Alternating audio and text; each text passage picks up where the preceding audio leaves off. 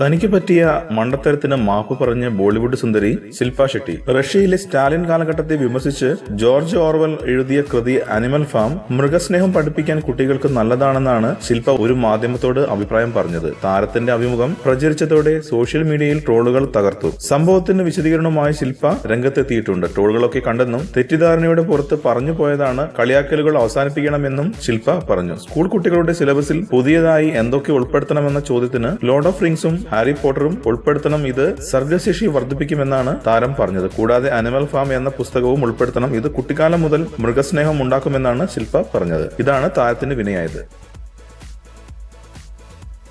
കൂടുതൽ സിനിമാ വാർത്തകൾക്കും വിശേഷങ്ങൾക്കും ഇപ്പോൾ തന്നെ സബ്സ്ക്രൈബ് ചെയ്യൂ മലയാളം ക്രിയേഷൻസ്.